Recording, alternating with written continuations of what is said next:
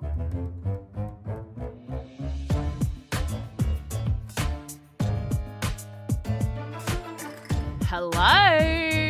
welcome to Throwing Drinks with Jen and Maggie. I'm Jen Fricker, that's Maggie Luke, and every week we chat about Housewives and Bravo and whatever ailments we have for about the first half of the podcast. Whatever's gone wrong. Yeah. Anything going wrong lately? Nothing I got a specifically. crook tum at the moment. Oh, you got a sore tum-tum. Got a crook tum. Oh, no. There you go. That's it. It feels so humbling as like a woman and nearing her mid-30s to have a crook tum. To be like, oh, I got to poop. I love how you're nearing your mid-30s as well. I'm later 30s. It's a brutal realization that I'm about to hit late 30s. What are you? You're 30. 34. I feel like I am not confident in saying 34 either. Because I keep thinking I'm 33. Not that it makes it an inch of a difference. Yeah, I think I lost all of my early 30s to COVID. I'm blaming it. Yeah. All the fun stuff. So, yeah, no, I'm 37 this year, which is rough. I don't know why. It's hitting me pretty hard this year. You look younger than ever. Thanks, mate. Though. It's because I'm in my pajama top still, probably. You're just a wee baby. Can I tell you something funny that happened at a gig last night? Mm-hmm. So I'm doing new material at the shows in preparation for festival run, and I'm doing this story about basically the joke is that like I was seeing this guy long distance for 6 months, and then one day he just disappeared on me, and I thought he was dead. But it turns out he wasn't, and he just ghosted me. And then I love that you go for dead first. That's where during the pandemic, out of nowhere, my self-esteem was so high. I think because I was not interacting with reality at all. Is this when you were going through your doing your Thai retreat in your house? Yes, exactly. You were saying you went Pilates through doing day. a Thai retreat.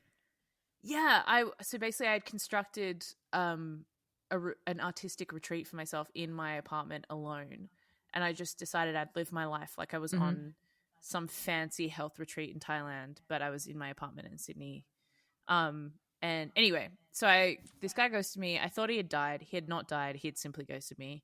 And the end result was I found out that he had also ghosted many other women, and we had all in fact been dating him at the same time. I don't name this person. Like, it's like this person exists, but I don't name him. Mm-hmm. A girl came up after me. Well, you're saying it's a him, so you're narrowing it down quite a lot, Jen. Well, 50% of the world. Could be any of them. A girl came up to me afterwards and she was like, oh, did you get the man's named? She's like, oh, that happened to you too. No. We found another one. So what is that up to? So in Sydney, I'm aware of 2 people, but I've heard there's more in Sydney. I heard there's 2 or 3 more in Sydney, but I don't know them personally. In Melbourne, apparently there's a WhatsApp group with 8 people who have all been... I've decided to call it the mailing list because essentially that's what it was. So this now takes, this woman is from Melbourne. That takes up to 9. Wow. 9 confirmed, and then she was like, but it was a thing where we would see him out every single weekend with a different person. It's kind of like one thing. It's like I'm like all for you have to date who you want, and as long as you're not hurting anyone. But when ghosting is implying that there's been a level of kind of commitment, not intimacy, yeah, and then you just leave. I've been guilty of just walking away, but not in a repeated fashion that you can't even. That's wild. I wonder if he knows. When there's a WhatsApp, he must, because I don't know. When there's a WhatsApp group of everyone you've ghosted talking about what a piece of shit you are, I think surely at some point you go, I should probably change my life. And how how are we going to get you into this WhatsApp group? How have you missed out on an invite to the? Well, it's all Melbourne girls. We'll bring it together. Bring the Sydney and the Melbourne. Get it together. I'm sure there's Brisbane. Probably some Adelaide. I'm sure there's meetups. Yeah. Let's use my Melbourne Comedy Festival show as a meetup. If you've been ghosted by this person and you already know who it is, if you've been ghosted by them, get in touch. Get in touch. Make it happen. Love Come it. along to the show. I'll put you on the door. If you've been, there's a discount for girls who've been ghosted by this one person in Melbourne. So they're in Melbourne. Okay. All right. Yeah. Now I know exactly what you're talking about as well. And I think you're being pretty loose about it. I don't think that you can pick who you're talking about, but it's pretty wild when you do know who it is. So Nathan, my boyfriend, came to the show last night and he heard the bit and he was like, "Why don't you just name him?" Name him. Like, I can't name him. And I was like, I can't do that. And he's like, it'd be funny. And I was like, I don't know. Name him. I just name him. I don't know if there's much glory in that. Yeah, and also as a audience I don't think it's member, funny to name them. Yeah, right? It's distracting as an audience member because you'd be thinking about it for the rest of the show. Exactly. It's a story about my confidence. It's not a story about this. And also, it is a story about people being psycho, but it's also like, I don't want to be pinned to anyone. No. But it's just funny that I feel like as more I do this story, the more people I'm going to meet who have been touched personally. Yeah. If it is someone with a profile, right? I'm thinking of the same of a person. I think you know who it is. Yeah. It's just the My artistic fine line. It's like name or not to name, really. Yeah. My friend saw him in the park after he ghosted me, and she saw him and she was doing a park run, and he saw her and thought she was running at him, and then he started running away from her. What? So he started running towards her and then turned around and then ran away? So he was sitting on a bench. She was running. He saw her. She saw him. He got up and started running. So it's a man. It's a man who can run. We know He's that. a man who can run. We call him the ghost who runs. The ghost who runs. Well, I mean, thank goodness he ghosted you. If you wouldn't ended up with such a doll that is our Nathan. Yes, exactly. You know, it all happens. Precisely. All the ghosts happen for a reason. If you think about it, we are like haunted that. for a reason. Yeah. I've been guilty of ghosting too. I'm not like morally pure in this. No, this is about mass. This isn't about the act within itself. It's numbers. Yeah, it's not a numbers game. Yeah, no, exactly. I couldn't say that all the people I've ghosted are in a WhatsApp group of greater than. I mean, who'd say greater than 5? Yeah, that's fair. Yeah. I don't know. I was very bad at dating. I think I did a few runaways, but I like a physical runaway. Just like you saw someone running at you, got up and ran in the opposite direction. No, I've been on at least 2 dates where I didn't like it, so I ran away. I didn't like what was going on, so I physically. That's okay. ran. I think that's actually fine. Yeah. One time I ran all the way to my friend Susie's house. She's like, how did you get out? Like, did they go to the bathroom and you saw the opportunity, or no? How did you get out? No, of it? From my memory, which was a long time ago, it was within a conversation. I just ran away. I think it was just this guttural instinct of you need to get out of there as soon as possible. Best thing you can do. And I can't even run, so it's more of a hobble, trot away like that. But yeah, that's funny. That was a long time ago. But I think it was before kind of ghosting happened as well. But before it was probably named. Ghosting was only labelled within the last 10 years, right? That's like it's like it used to be like an Irish goodbye. Isn't that what they call them? Yeah. And ghosting is kind of more of an American term. Is that right? I don't know. I think so. I feel like Americans came up with all the words for dating. And before in Australia, we'd just be like, yeah, I bailed. Yeah, I left just early. bailed. I bailed on her. Yeah, exactly. Bail seems much more kind for some reason than ghosting. It does, right? Bailing feels like you didn't really want to leave, but you had to. Where ghosting is like an intentional, like, I need to get the fuck out of here kind of thing. Which is, it is what it is. Well, I for one am excited to see your show, Jen, and the sauciness of the. It has made me excited about it again. I've gone through it where I was like not excited about it, and now I'm back in the being like I'm ready. She's talking about the hot topics. She's bringing hot tops. Would you call it satire? I know you love satire. Would you call it satire? I love satire. Picture me up there with the greats, you know? Yeah. The Chaser Boys. Get you on the Daily Show. Yay.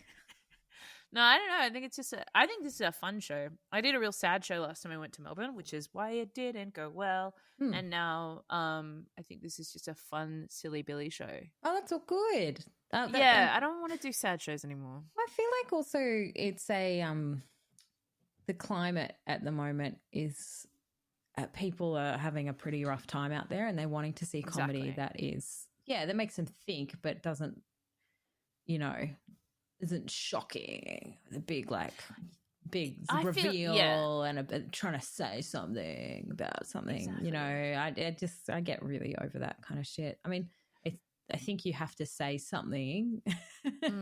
Say something. You have to say something. It's like, why are you up here saying this? You've got to be able to kind of tick that box, but you don't need to go up and be like, I mean, Hannah Gatsy's done it. She really can't top that kind of thing. Stop trying to. Well, I tried to top it. I don't know if you saw that show, but I called it. I didn't see it. Dumb bitch Nanette. Did you really? Yeah. I mean, that wasn't the official title, but that was in the show. I was like, "This is my dumb bitch Nanette," and it's like, "What? How do you do Nanette if you're not smart?" Yeah, it's just reading out sentences really with no link. But Ben touches on some deep topics on his new show, so we've been calling it Bennett. But that's great. Oh my god, that's so funny. I know. I kind of wish obviously you can't. You can't change it now. No, can't change it now. But yeah, funny. But yeah, I think there's nothing funny's funny. There's nothing wrong with going along and just having a fun time. I just think you're so right. Like everything's not great at the moment.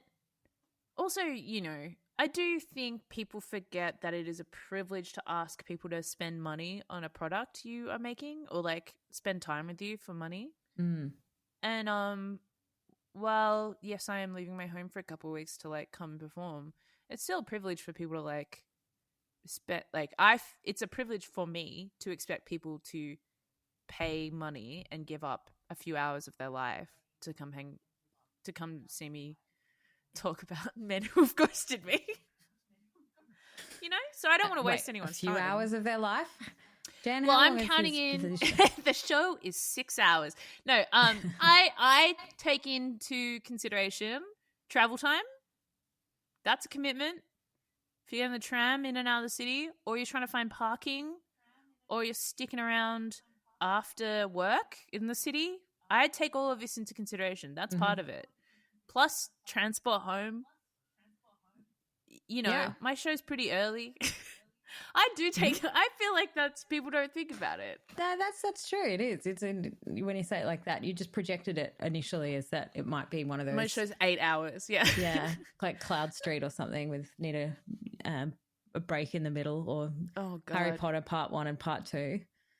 I'd love it to get to a point where you need an intermission at my show. That would be so funny. I don't think I've seen... people would want to come back. That's the next point after they're needing an intermission. Such a risk, right? Such a risk. I'm trying to think of shows where there has been an intermission. Like a comedy show that I've been to. Have you been to any comedy shows that have intermissions? That aren't lineups, No, I don't think I have. I think just a one-person show. I mean, I've been to a Ross Noble show that should have had an intermission. What am I talking about? Yeah, I went to Dylan Moran last year. Did that have an intermission? Yeah, it was wild. Did you see it in Sydney? No. I haven't seen Dylan Moran in like a decade or so. Yeah, Moran. Sorry. Oh, there she is. Sorry. No, please. Yeah. So if you don't know who it is, he was the star of Black Books back in the day. He's an Irish comic, and he's very popular. Very popular and really funny. Just like naturally hilarious. But he has real substance issues. Does he? I thought it was just a bit. Is it real? No, it was real, man. Like we went and saw him, and it was a big venue. It was, I think it was Hamer Hall. Like, yeah. During the festival last year. And he wasn't part of the festival, I don't think. He was just, you know. I do love it when artists do that. The smart ones, yeah. Yeah. I would do it if I didn't have to kiss the ring. I would be fucking booking out a Hamer. It's crazy that anyone does any of it. But he came on, and he like a big part of the first kind of half was him talking about how he's relapsed on alcohol during the pandemic, and he had to pay for, you know, and then the divorce happened, and like it slowly started coming out, and then you're like, oh, this isn't a bit this time, because last time I saw him he was not drinking on stage. He was sober, and it was great. And then I think he only went for like 25 minutes, and then there was like a 15-minute intermission. So how long was the whole show, do you think, content-wise? Like an hour? An hour 10, yeah. And then weirdly he came out for the second half, and all he did was pretend to play jazz.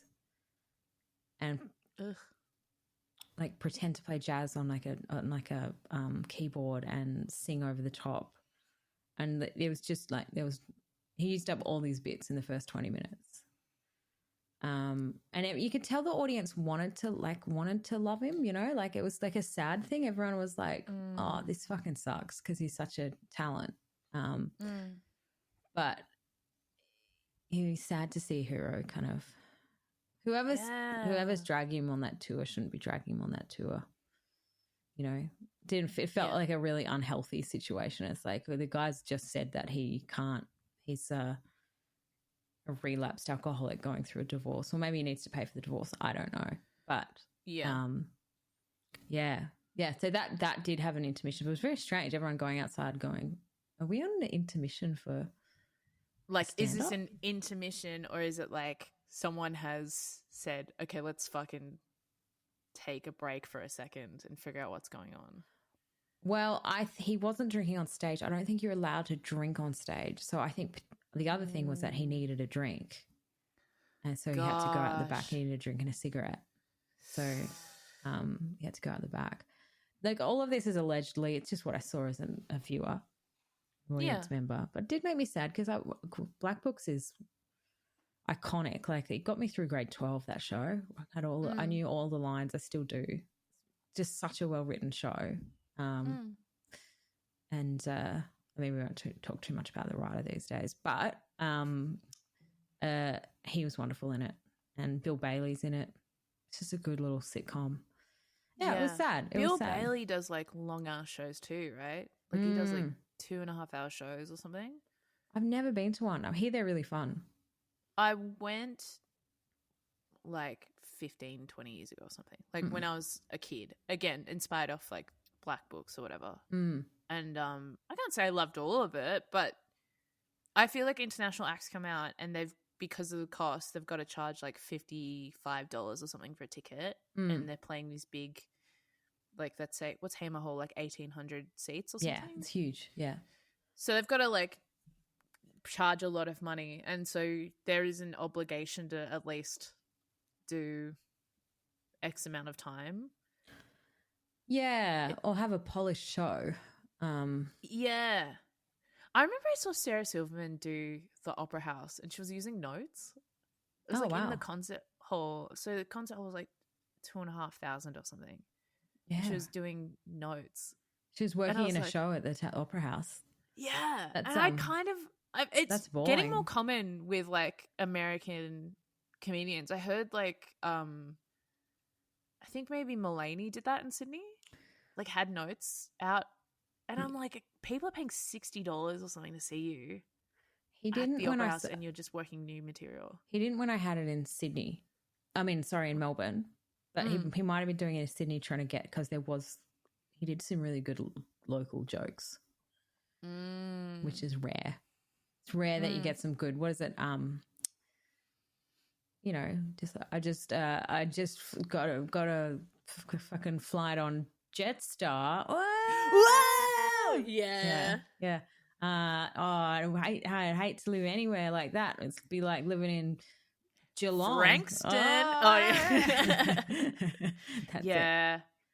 I remember I saw what's his name? Kevin Hart. And he did like a drop-in spot at the Comedy Store, and it was nothing. Like, it was just, he was just like, man, why is it so clean here? Just like, people are like, I don't know. It's a nice. What do you want? The one I've seen, one I saw that was the wildest thing. I don't know why I was there by myself. I can't tell you why I went by myself. I was Tracy Morgan. Oh, I've heard this was like an infamous show at Comedy Festival, right? Yeah, I was there, and it was wild. He could give no fucks. He just came and sat in the middle of the stage and like a throne, just shouting at people. There was no gear. It was just like him just shouting at people. But Artie Farquhar opened, and he was so good. I love Artie Farquhar, and he looked. Tracy just made Artie look so good. I've never seen. Wow. It looked like it was around the wrong way, but people were booing and yelling at him and walking out. I remember reading an article about it because it was before his car accident, I think, right? Like before he was in. Yeah. There was no like. I'm pretty sure there was no pity. Yeah, and relentless. But people, I remember reading an article about it, and people like, the reporter was like, I think people expected him to be Tracy Jordan from 30 Rock. You forget that like Tina Fey's writing for him. Yeah. Like, yeah. Yeah, I think there's like I don't know what it was. It was just all very strange. It went on for a very long time. How long did the show go for? I can't tell you my memory. Like, I don't think there was an intermission. But I do remember a lot of people walking out, a lot of yelling, people getting pissed off because he was just like quite offensive what he was saying. Wow. It wasn't like funny offensive. It was just like, oh, dude, like what the fuck? Shock value kind of. The other one I like where a comedian gave no shits was what's his last name? There's Tim and Eric. It's Tim Heidecker. Heidecker. Yeah. Went and saw him. And he was at Cookie. It would have been like 12 years ago. Cookie? It's in Melbourne. It's like up the top of Swanston Street. So they have like the Melbourne Comedy Festival Awards up there. It's like several stories high. Oh, okay. Yes. Do you know where I'm talking? Yep. Yeah. Nice. Like vaguely, but yeah. Yeah, it's nice. Like a cool theater though. It's not like a big art centre-y type thing. Yeah. And he was there, and he had like this guy on beforehand, and it was like way before any of these comics. He was quite ahead of his time, where he did PowerPoint style art with songs, and it was really funny, his warm-up act. And I was like, whoa, I've never seen anything like this. Someone's using PowerPoint as an act. And then Tim came on and did 10 minutes. Whoa. And walked off. Yeah.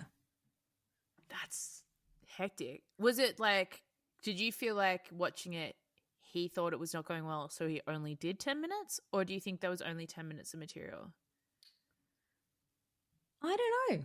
It was like an abrupt ending. He didn't. Yeah, I think potentially the first one, or he just couldn't be bothered because there was just there was no wrap up. It was just from my memory, he just stopped. Yeah, no, I've never seen a show in the interval and the second half is good or warranted. Yeah. I remember I saw Noel Fielding, and like the second half was a play. And I was like, I don't need to see this. I didn't want to see this. I wanted to come see just an hour of stand-up. Would have been fine. I didn't need to see 30 minutes of stand-up, a break, and then an hour-long play. There was about bumming or some shit. God. It's always about bumming. Like, yeah, especially British people. They're obsessed with it. Men in dresses and bumming. Yeah. It's a lot of oppression. It is a lot of oppression.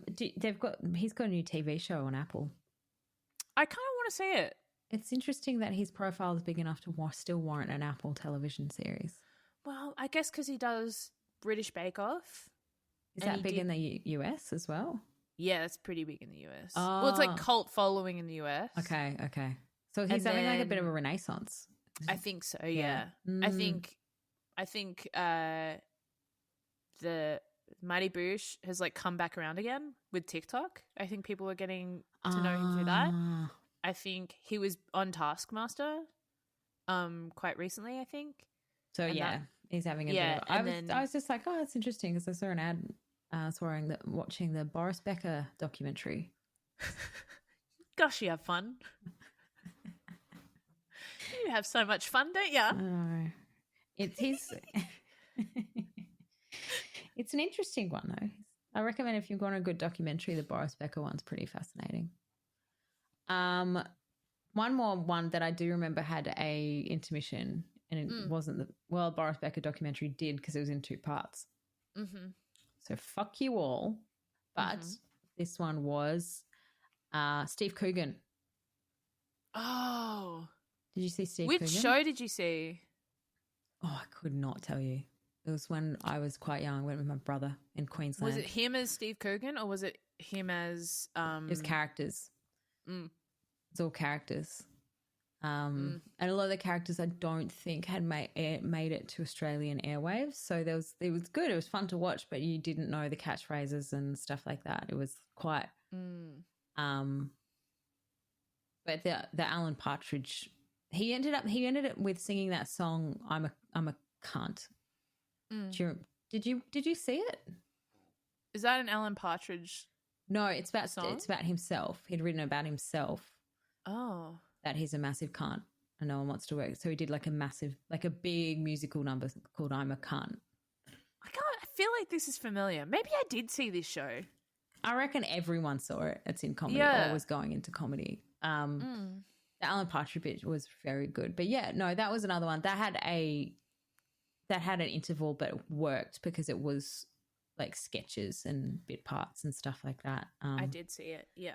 But I do feel like he was on book still when he was in Australia for it. Yeah. A lot of the stuff he was reading off notes and, stuff like that. So I think that's people see us as a testing ground. I mean, Melbourne's the I don't know if you know this about Melbourne and its musical scene. Yes. You do know. No, I don't know. I'm sorry. I'm imploring you to do go on. Please tell me. Wrong podcast. Do go on. So Melbourne has the same, like something crazy, like a microcosm demographic and budget or something as Broadway, New York. It's like a tiny... As in it's a small version of, New like York. Demographic wise, of New York. Yeah, wow, and the way the city's that. built, like it's just a tiny. So that's the reason that Melbourne has so many constant, brand new test run musicals coming out of it. Like we've just had the Groundhog Day one, like I think Moulin Rouge musical came out of here. All of these kind of jukebox musicals, heaps of them test here before they go to. I mean, I went to. Oh, that's right. If you see Nath Valvo, asked him about this because it was one of the funniest nights of our lives. We went to King Kong the musical. I have never heard of that. No, good. So yeah, bear with. Okay, it's King Kong the musical with a 12-foot high monkey puppet with music done by the Avalanches. Okay. So, all right. Yeah. So none of this is working for anyone, and it was so long. It went for so long, and the monkey puppet, which is the reason anyone went, only came out for a small amount at the end. So you had to go through this whole thing. It was horrifically bad. Yeah, because you didn't want to sing along to any of the songs. The songs were terrible. Like the story, you already knew the story. So, but the weirdest thing was that I think it's when he and I were both working in radio, but we were the shit kick. Like we had I can't even remember Nath Valvo in the evenings, which was like 11 p.m. to 4 a.m., you know. So we were getting the radio tickets, but not on the level that anyone else was getting. So we got King Kong tickets. We went along and we got put in the very back row, so far you could hardly see anything. Yeah, just small dots in the distance. But next to us, like directly next to us, was the monkey box. And what it was a glass box with a man in it. Oh, gosh. Doing the sounds of the monkey as it moved. So the 12-foot monkey would walk and he would stand in this box and go, "Whoa, whoa," and then they'd put like a filter through it to make it sound bigger. But he was just like a dude and some guy. And it was the most distracting thing you can ever see. Like, which one do you watch at the same? You got this 12-foot monkey down there with this like kind of wily kind of dude. Just what is that job? Is he a singer? Anyway, wild. King Kong the musical. Nah. No, thank you.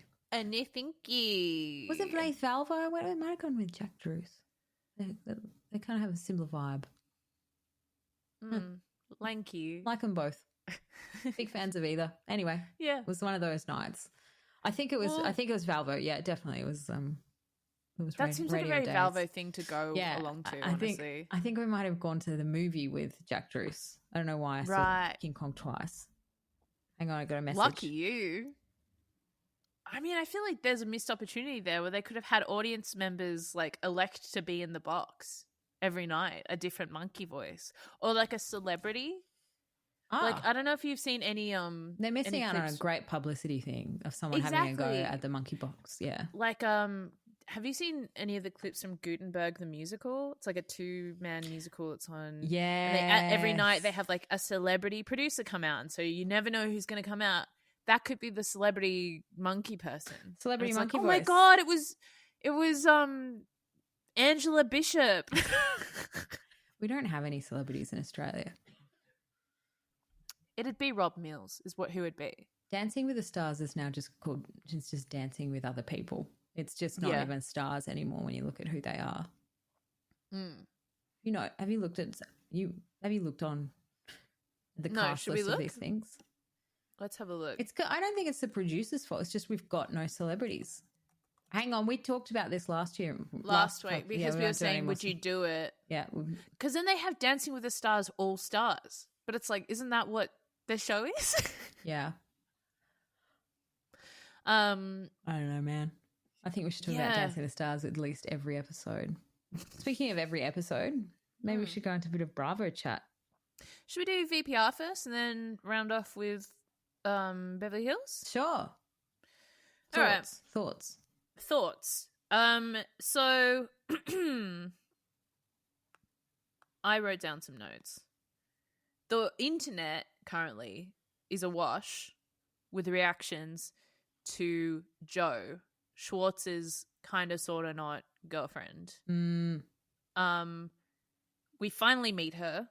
She was one of the key characters in the Scandal Bowl story because she was one of the people that was basically they all went on a camping trip. It was Schwartz, it was Sandoval, it was Joe and Raquel behind Ariana's back when Sandoval and Ariana were still together. And we hear about it and we've seen photos of her at the reunion last year. He's asked about why Joe was living with him and he's like, oh, we're just friends or whatever. And it was quite immediate after the divorce with Katie, whatever. The internet is calling her. This is from the Celebrity Memoir podcast. The internet is calling Joe the millennial that Gen Z makes fun of. Someone else said on TikTok she's a Kristen Wiig character. Yeah, that is very true. I did a thing. My legs. I'm adulting right now. All the tall people here right now. It's like, oh. But she's been mentioned for quite some time. I mean, she was even mentioned during his wedding to Katie back in the day, wasn't it? Was she? Was she? Yeah, I'm pretty sure she was back then. Dog act. Yeah.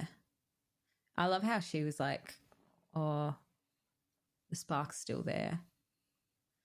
And he's like, the spark's not there. Yeah. Oh, God. Brutal. That's going to be fun at the reunion, though. I feel like they'll bring her out. Mm-hmm. I think all of it proves that Schwartz is a flop and Katie is much better off without him. Mm-hmm. Otherwise, this episode didn't really make that much of a mark. Well, I feel. Was there that bit where Joe said to him, we're going to get together when you're 43? And he's like, oh, let's make it 47. Let's make it 47 instead. Whoops. Man, I've acted stupid for men before. Never on camera. Never on camera. No, and especially not this kind of camera where it's millions of people watching as well. Yeah. Yeah. Look, we've all been led down the garden path once or twice, but like... Yeah. Oof. They're just acting like so goofy. Like, you know, she looks like she should have like one of those, you know, those party poppers going all the time. That kind of energy. Yeah, that kind of energy. It's a lot. But it's great for TV. Bring on it. Yeah. Bring on Joe. I'm glad we've got Joe happening. We have some comic relief finally. Yeah, yeah. I think we're all going to like her in the end. She's going to be, I'm putting it out there. I think potentially she's going to be a fan favorite. Wow, that's a huge call. Did you love the astrology party? I did. They're really hard launching what's her face? Ali, yeah, aren't they? With the astrology and her opinions on Schwartz as well. Yeah. And on Sandoval. Like, I think what she said about Sandoval where like, I like her because when Raquel was with DJ James Kennedy, she refused to ever be critical of James and his behavior. Whereas Ali's very much like, yeah, he's absolutely being taken for a ride. All he wants is Sandoval to like take him back, and he looks up to him like a big. Like, I think she's very perceptive, or which like is not that deep of a observation, but she's still like a lot more with it than Raquel ever seemed to be with regard to James. Sheena's killing me. This whole but she puts everyone else before her all the time. Just this whole idea, she's like, first. Ariana. First, Sheena, finally. I know, gosh, girl. A bit of self-care, babe. This whole idea that Ariana has to validate her feelings, it's like, literally anyone else. Just pick another person who can be like, yeah, damn, that sucks, girl. Yeah. Not the one person. Like, that's so insane to be like, I'm sad that he cheated on you because now I can't be friends with him. Like, that's insane to say that to someone. Yeah, yeah. I found it interesting when Ariana was talking about how she had $2,000 in her account before all of this happened. So, I was like, okay, Rich. Yeah. First of all, okay, Rich. Stop bragging, mate. Like, yeah. And a mortgage, okay. Yeah. So it's to hear her like, what would you do? Of course, she's going to capitalize on this. She couldn't even, and she was saying I couldn't afford to move out, wasn't she? She was saying. Yeah, there was no way I could move out from this because I couldn't afford it. Yeah, but yeah, I thought it was a good little builder episode. Like I said, I'm loving this introduction with Joe. Finally, I think I need to add more sound effects. Boing, boing. She's she's like a Kristen Wiig character, very much so. When she's like, I can't get my legs under the table, and they're wearing matching hats as well, you know. Oh, the hats! I feel like no one's been wearing hats on this show. I feel like Sheena used to be a hat girl for a while. I feel like no one's made some crazy accessory choices. I mean, Sheena was wearing those 90s style glasses in the premiere episode, but other than that, no one's made some crazy fashion choices in a while. And I'm glad to see that Joe's going to bring it back. Everyone got stylists, I think. Yeah. And so the fashion got a bit boring, but now Joe's in there rough and ready. Rough and ready. I do think that Joe has also very pick-me girl vibes. She's not going to be a girl's girl. She's very much, I want to hang with the boys, and overdid it with meeting Ali, you know, like, with her hands across the table. Finally. Oh my gosh. Yeah. Do you know what that means though? Her and Sheena are going to be best friends. Yeah. Pick-me stick together with other pick-me's. What's that from? Is it from 10 Things I Hate About You? What's that? Pick Me Girls. Oh, I don't know actually. Let me look that up because it is a thing. Do you want to just explain what we're talking about, Jen, and I will get the idea of a pick-me girl. So it's just a girl who is so desperate for male validation. It's literally from like the idea of someone being like, pick me, that she'll throw other women under the bus for male validation, even if it's not particularly healthy or beneficial to her. Yeah. It's a construct of the patriarchy, honey. So it's like once putting girls down. So pick me first, like putting their hand up, wave like, look at me, pick me. And they're kind of, yeah, like you said. I thought it was from 10 Things I Hate About You, but I think I'm wrong there. I think it was a Twitter thing. Yeah, you're right. It's just male validation is way more important than female friendship and networks and stuff like that. And, you know, there's some out there. I've met a few.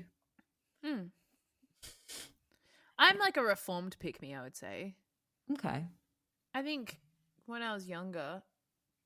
Well, yeah, I think Jo definitely has pick-me vibes, but we'll see. I think she's going to be good TV. I think it's what this show needs right now. Is it? And a goofball? Well, Schwartz, a goofy crazy girl? Schwartz definitely needs something. Like, he can't just keep going being... I feel like she makes him more unlikable. Yeah, which is good. But I also, like, I'm barely liking anyone in this show anymore. Like, I'm still watching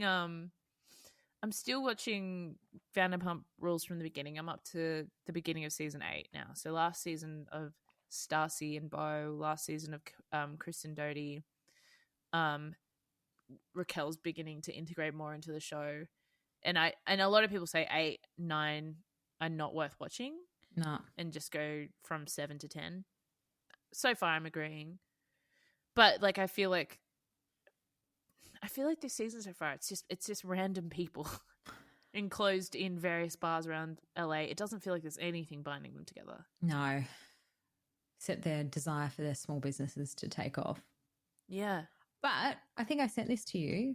I was hanging out with a mate the other night and one of Randall Emmett's movies came on, Seven Mate. Oh. It was one of Randall Emmett's original films because like his production company, what they'd do is they'd like hire Bruce Willis for a week and try and churn out 6 movies out of that 1 week.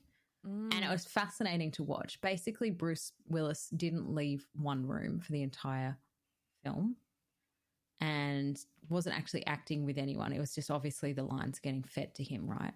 And the entire film was based around like this set that looked like Eastern Bloc somewhere, and it starred Jesse Metcalfe from Desperate Housewives, Bruce Willis and Lala as the lineup. Oh, okay, yeah. None of them had costume changes the whole time as well. It all happened in one afternoon. Wow. And it was like a shootout, and then it was one of the worst things I've ever seen, but it was unapologetically bad as well. It was just like, we know this is bad, and this is made for just dudes on 7 Mate at midnight. Just full of lads. Yeah, C plus, D plus entertainment. But watching Lala act, she wasn't that bad. I like that for her. The continuity was a problem for her hair, though. Oh. But that wasn't her fault. She wasn't that. If she's listening out there, you weren't that bad. I didn't think she was that bad. I thought Bruce was worse, but he had obviously dementia at the time, which doesn't help with acting, getting anything done. Well, speaking of dramatics, should we move on to Beverly Hills?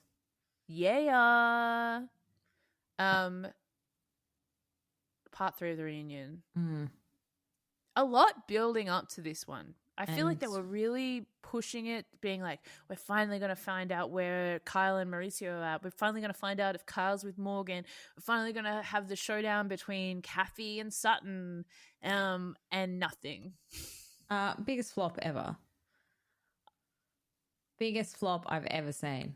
And I've seen some What would flops. you rate the episode out of 6? 5? 6. Out of 5? 2.2. I'm about there with you. It was just, there wasn't even anything said in it. No. There was no need for this. This could have been a 2-parter. Absolutely. Could have been a 1 part, honestly. Yeah. Kyle still isn't willing to open Talk up about it. anything, which is... I felt sorry for Kyle a bit because a lot of the episode just seemed to be them asking her the hard questions and her getting like more and more emotionally beat down. Yeah. For the end result to then be nothing. For her to be like, it's no one's business. Yeah, but like I know they have to ask the questions, but like... You're on a reality show. Yeah. That's made you millions of dollars. And you go, oh, I'm just not going to tell you, but I'm going to tease this for 12 weeks. Yeah. Ugh. It really feels like she saw what Scandival was and went, I'm going to have some of that. Yeah. It was so, you know, clearly they're in a relationship. Which is fine. Like, or it's complicated and then just say it's complicated. Yeah. Don't just kind of say no. It's such a boring storyline. Yeah. Like if you're just kind of making, you know, dragging stuff along, potentially, then we're going to have the reveal, and the reveal didn't happen. I heard like also just Andy talking about Mauricio revealing all on his Netflix show and how whether or not Bravo should be pissed off, and he's like, yeah, but you know, Mauricio's doing his side of the story, but we're hearing Kyle's side of the story. Did we hear it? No. Kyle said she didn't want to talk about it. We're all going to watch the Netflix show now. And it felt like they dropped Kathy in there. I didn't need to hear from her. I didn't need to see her. Yeah, what is it? It's just like Kathy coming out and saying, everyone's scared. Why are you scared of me? That was it, basically. I mean, it seemed like they were trying to show that something was about to happen with her and Sutton. Yeah. And you know, it did look like it. Sutton was avoiding eye contact with Kathy. She looked very, very worried and upset. And then she had her little fainting spell or whatever and then left. But it added nothing. It just added to the runtime of this fucking... This is the thing. This is the intermission rule. Yeah. You need to justify having one intermission, which I'm calling the break between episode 1 and 2, to then have 2 intermissions. Justify me that 3rd episode. You know what? Once again, I forgot Anne-Marie existed until the very end. I want some confirmation. I want to know what's happening with that one. With who? Anne-Marie. And is it Anna-Marie? It's Anna-Marie. Anna-Marie. I don't know. Who cares? Is she? I want to know if she's coming back. That needs Doesn't to be matter. confirmed for my Probably not interest in the show. If I'm going to keep watching it. I don't think Heather Dubrow is going to come and be part of it like my dream, because I reckon she's shooting Orange County. I think she's going back to Orange County. I reckon Andy's trying to keep Kathy on side in the hopes that she'll come back. Yeah. Like that's why she got dropped in. She looked really good. They made her look very good. She looked amazing. I mean, visually and like everything else. She came in and she obviously said, I don't want anything to do with this unless you give me one more shot. She got accused by Erica the previous year or whatever, or a year before, of dropping an F slur, like a gay F slur. And she's still coming back and being like, yeah, I don't care. I didn't say that. Oh, yeah. I forgot and they about cut that. to it in the reunion. And it's like, that's crazy that everyone's chill with that. Yeah, everyone's kind of forgotten about that. People have very short memories. Yeah. When Kyle was talking about the cheating, did you ever watch that season where they were talking about the magazines and stuff when they went to... Yes, that was the last Lisa Vanderpump season, I think. Yeah. And that was like... That was some pretty heavy stuff that got kind of swept under the rug. It was like him having relationships with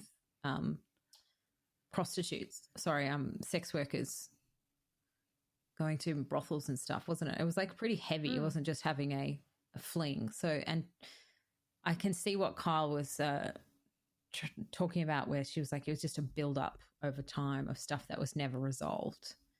Yeah. And obviously now he's been caught doing something. Do you reckon it is the DMs on Instagram that she was referring to in that clip? I mean, fuck, I don't even care anymore. That's the thing. If Kyle doesn't want to be on the show, don't be on the show. If Kathy Hilton doesn't want to be on the show, don't be on the show. Like, Yeah. please shut this down. Please stop.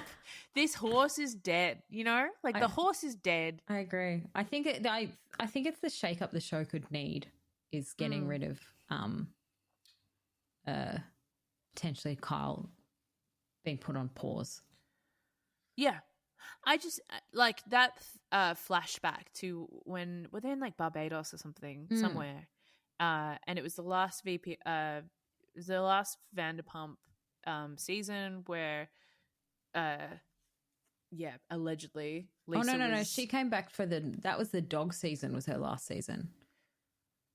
Oh gosh, there's a few after that. Was that the one where Lisa didn't come to the reunion though, or something? After that, I know she left. She left without saying goodbye. I couldn't tell you, but I know her last one was planting the stuff about Dorit's dog in the. That's right. It was the goodbye, Kyle. Goodbye, Kyle. Yeah. But this is but in fairness, they were referring in that last season. Kyle was saying you've done the same thing with going to the press and lying and stuff like that. That's right. Yeah, so it is similar. Yeah. Bring Vanderpump back. I wonder if Kyle left. Never come back. Well, I wonder if Kyle goes, Vanderpump might come back.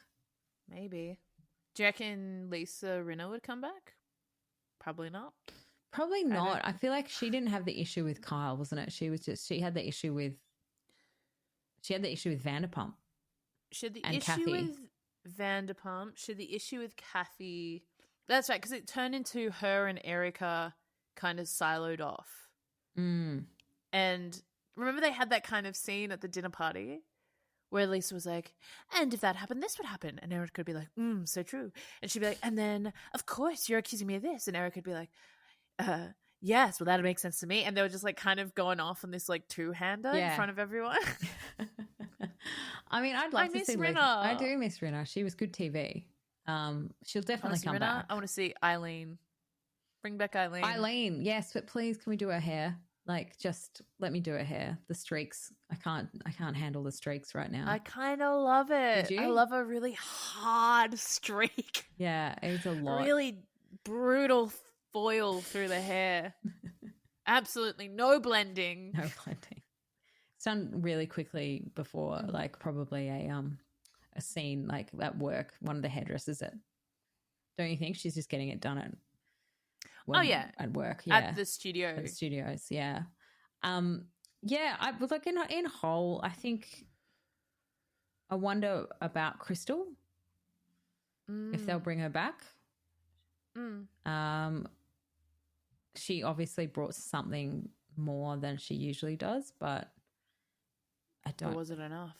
Was it enough? She needs to, like we've said before, she needs to talk about her coconut plantation.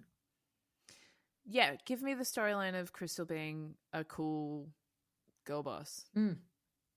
Yeah. Because she keeps telling us about it, but then we don't see it. Yeah.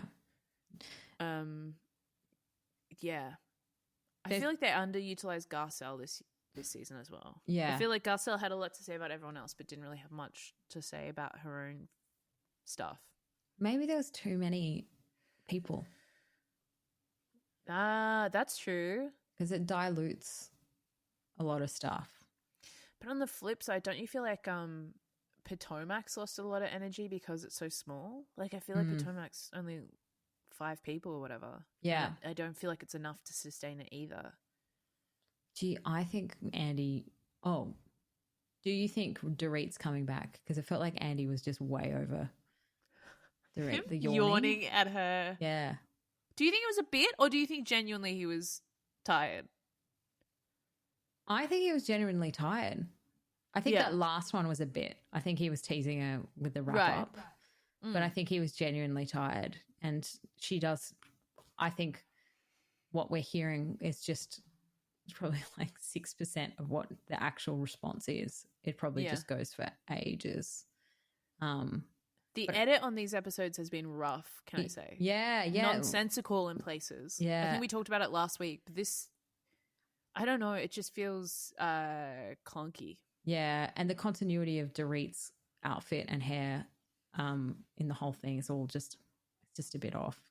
Someone actually DM'd us as well to be like, you guys didn't talk about how Dorit held everyone up by 2 hours. Oh, yes. And that's what Crystal's come out and says, doesn't she? Yeah, 2 hours. That's probably why he was yawning. Well, and then Kathy Hilton takes her time to come on set. By the end of it, it looked very late into the night. Yeah, no wonder poor old Sutton had a diabetic episode or whatever it was. Yeah. What's up? What's up? Yeah. Tell us what's up. There's something going on there, isn't there? Something's going on, and I don't know. I keep thinking about, and it's not the benchmark to hold everyone to, but I keep thinking about the way that these sort of things were handled in the past. For example, Kim's substance abuse problems. The accusations of domestic violence between the Maloofs in the first couple seasons and their subsequent divorce. I've forgotten her name. She's now on Orange County. She has the insane lip. Taylor Armstrong. You know, obviously, I don't think it needs to go to as bleak a place as it went to with Taylor Armstrong. But that was a thing where that depiction of what she went through in her relationship, her escaping an abusive situation and then, you know, having to deal with the aftermath of that was one of the reasons where I was like, okay, this is actually a really valid form of storytelling, because I was like, this is realer than anything I'll see. I feel like it's completely been flattened out now. Very managed, very produced. You know, I don't know if Kyle has like any exec producer credits, but it feels like she's almost getting to that point where she can just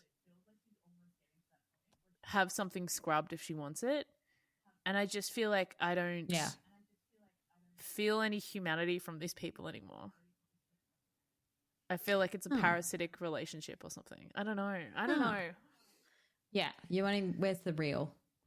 Where's any of it's real? Like, and then they're saying like, oh, you don't see everything. It's like, I'm not seeing anything. I'm really frustrated. I think you're right. I think it's also gotten to the stage where the people on the show have been on for so long. They know how it works and they know how to manipulate things. They know what to ask for and they know where to put their foot down. Where you got someone more new on the show, they're still working who they are out and how this system works and how they're going to be presented out. And you've got the opportunity for something much more realistic kind of moments versus someone, this self-produced kind of Kyle, who's been in the industry since she was like 4 or whatever. So it's kind of a good thing to have new, but it's also a chance. But then you've got like New York where they had all the new, but it didn't really work because they were trying to self-produce from the start, you know. So it's just about having that balance. I just feel like, I don't know. I think maybe it's just the turning point. Like, I don't watch it, but I'm more inclined to watch Maths now because I keep seeing clips from it. And that seems way more real than a lot of what we're seeing. I don't know why, but it just seems like the conversations they seem to be having. But that also seems like a relentlessly negative show, which is why I don't want to watch it, because I don't just want to see people fighting, calling each other fat all the time, that kind of thing. But that seems, I don't know. Well, I don't want to feel like I'm being handled all the time. And I just feel like, as soon as you start sensing the hand in something, an invisible hand controlling something, is when I feel pulled out of it. Yeah. Interesting. Like, I don't watch reality TV because I'm like, wow, they've really put this story together so well, and like they've really, really plotted this out so well. I watch it because I'm like, I feel connected and like a sense of humanity, and I'm interested in these people and how they're not like other people I see represented in media. But if I wanted to watch like wonderful producing and storytelling, I'd watch fucking HBO or some shit. Yeah. You know? Yeah. It I know exactly what you mean. I'm interested to see where Beverly Hills goes. Mm. They've got to find someone who's a bit of a no-name to work, and it didn't work with Anna Marie. No. It needs to be someone like a Dorit or Erica, you know, on the verge, just in that circle. But I think the best thing they can do is like get Carl to go on pause for a while. I think she needs to work her shit out and come back and in a loving relationship with Morgan, you know. Morgan Wade. I can't do her voice. Every time she talks, it's so funny. It's like a you baby. stalked me. It's like a baby voice like that. Morgan Wade. Now she's from Brooklyn. Morgan Wade from Brooklyn. Yeah, I'm mad now. I'm mad about everything. Sorry, I didn't mean to go on such a rant. Don't be sorry. Never it's be just sorry. frustrating. I just was thinking about it, and I was like, the two things that really got me into all of this were were Beverly Hills and Vanderpump, and I just feel like it's being so managed now. Well, let's sit tight. Oh, wait. Can I ask you one more question? Yeah. In the spirit of the finale of the reunion, if you could take away one thing from this season, one lesson that you learned, what would it be? I don't like as a viewer. Yes, it's one lesson. Or as Maggie Luke, human woman. Human woman. One thing I have to admit, I probably would felt as uncomfortable as Sutton at the Magic Mike thing. I find those kind of things a little uncomfortable. So it's okay to be uncomfortable, Sutton. That's what I'm taking away from it. It's all right. It's okay to feel uncomfortable at the Magic Mike performance. What about you? One thing I'm taking away from this season is that I'm going to rewatch the old seasons, I think. Amazing. I think I need to go back to the source material. I need to go back to seasons 3 to 5, I reckon. And can I just throw in there, I'd love you to potentially have a crack at New Jersey because you're going to love New Jersey. Okay. Is that feeling realer to you? Yeah, and yeah, like I think it's got its own issues. But the New Jersey ladies are next level. They're fun. They're caricatures. They're actual housewives, and they get their hands into each other and they really go nuts. And the husbands are just as big as storyline. It's like a 50-50 thing. That's good. Like plastic surgeons and plumbers, and they're all like very, very jacked and red, you know, awesome. Those kinds of guys. But try at least. I keep saying this. I'll send you a good New Jersey, please. Episode. Oh, you mentioned very briefly you wanted to talk about Married to Medicine. No, I don't want it anymore. I just watched a bit of the reunion, and I had no idea it'd been going for 10 years, 10 episodes, 10 seasons. It's very dull. It's just about marriages of doctors. Oh. Yeah. Like a WAG show. In Atlanta, yeah. Like some of them are doctors and some of them are the wives of doctors, and they all they do is talk about marriages and problems of marriages. I think Phaedra put it really well where she said that the difference between that and Housewives. Married to Medicine wants it to work with your marriage. They want you to work on your marriage, and where Housewives want to blow it all up. They hear that you're having some trouble and like it's out, done, absolutely done. Let's get this thing over with. Where Married to Medicine's like, let's sit down and talk about feelings. So there's a lot of feelings talk, but it's very popular. So that's very funny. Yeah. All right. It was good to chat, Jen Fricker. Hey, it was great to chat to you, Maggie Luke. Anything you want to plug? Nope. How's Bennett going? Bennett's getting there. It's getting there. It's going to be up in Gold Coast next week. Sick. But yes. No, nothing for me. All right. Well, my Melbourne show's still on sale, baby. 10 shows. Please come. Are you doing first half or second half? First half. So 28th to the 7th of April. 28th of March to 7th of April. Awesome. QT Melbourne. Please come. I'm scared that. But you're going to hear the ghosting tale, the tale of the biggest ghost of all time. Yeah. If you believe you've been ghosted by the same guy I have, then you get a free ticket to the show. Okay, that's the promotion. She just threw the name. Yeah. All right. Well, have a lovely night. Thanks for listening. See you later. Bye. Bye.